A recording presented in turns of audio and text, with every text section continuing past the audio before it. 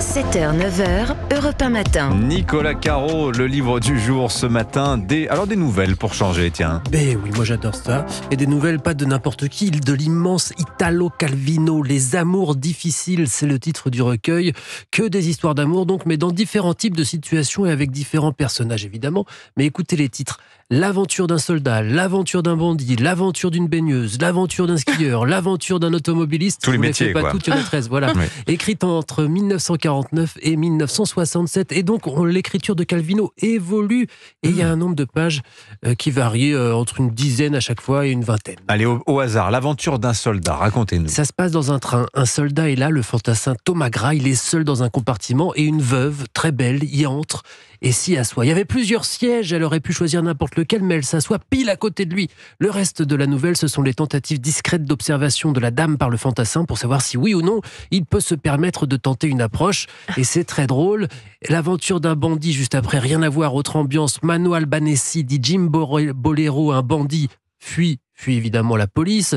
Et où se cache-t-il? Chez Armanda, une amie prostituée qui était aussi une amie du policier qui le fuit. Et tout se transforme en une sorte de boulevard stupéfiant et génial. Je vous raconte pas tout, mais il y a l'aventure d'un automobiliste aussi exceptionnel. C'est un type qui vient de se disputer au téléphone avec sa petite amie, Y. Elle raccroche en disant que puisque c'est comme ça, elle va appeler Z, son rival. Non de non, il saute dans sa voiture, il veut recoller les morceaux et il se refait le film pendant le trajet qui le sépare de sa ville à lui A jusqu'à B, la ville de sa petite amie. Il allume les phares parce que la nuit tombe et toute la nouvelle, c'est l'imagination du narrateur qui tourne à plein, qui imagine ce qu'il va dire, ce qu'il va faire et qui se persuade que chaque phare derrière est en fait la voiture de Z qui fonce chez Y et que les phares qui viennent en face sont ceux de Y qui vient pour arranger les choses. Enfin, toutes les combinaisons sont possibles et toutes les formes de paranoïa aussi. Bon, c'est marqué suivi de la vie difficile. Et oui, ça, ce sont deux autres nouvelles, mais des novellas plutôt, c'est-à-dire 60-70 pages. La fourmi argentine et le nuage de smog, tout aussi génial. C'est Calvino, le baron perché, le vicomte pourfendu, qui est l'histoire préférée de Marie Jiquel, les villes invisibles. C'est un génie de la comédie et de l'absurde, ça fait beaucoup de bien. Voilà, les amours difficiles, Italo Calvino, donc c'est en poche.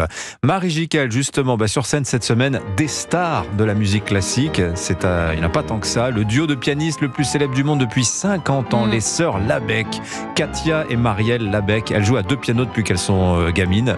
Et elles sont à Paris pour une série de concerts à la Philharmonie. Oui, une série de concerts des opéras de Philippe Glass, alors on va en reparler, dans une ambiance tamisée dans cette salle de la Cité de la Musique. Seul un grand lustre éclaire les deux sœurs, leur piano à queue se font face. Alors elles ont un œil sur la partition, l'autre sur le clavier. Nul besoin de se regarder en fait pour Marielle Labec. Par rapport à un enregistrement où on regarde tout avec une loupe comme ça, puis après le concert, c'est comme un voyage en fait. Parfois il y a des turbulences, parfois ça se passe bien, mais à force de se connaître ou de travailler, on n'a pas vraiment besoin de trop se regarder.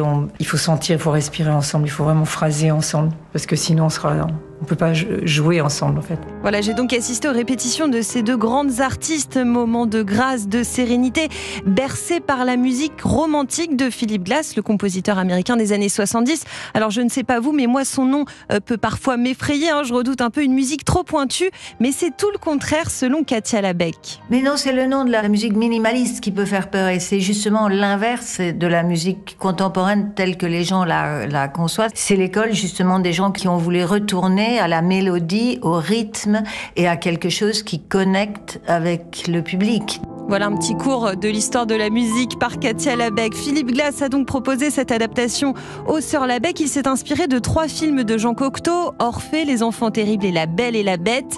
Marielle Labec s'est replongée avec bonheur et quelques frissons dans ce film fantastique avec Jean Marais sorti en 1946. Quand on réalise à quelle année il a fait ça, avec ses bras qui tiennent les lustres et tout, c'est des images qui restent pour toujours.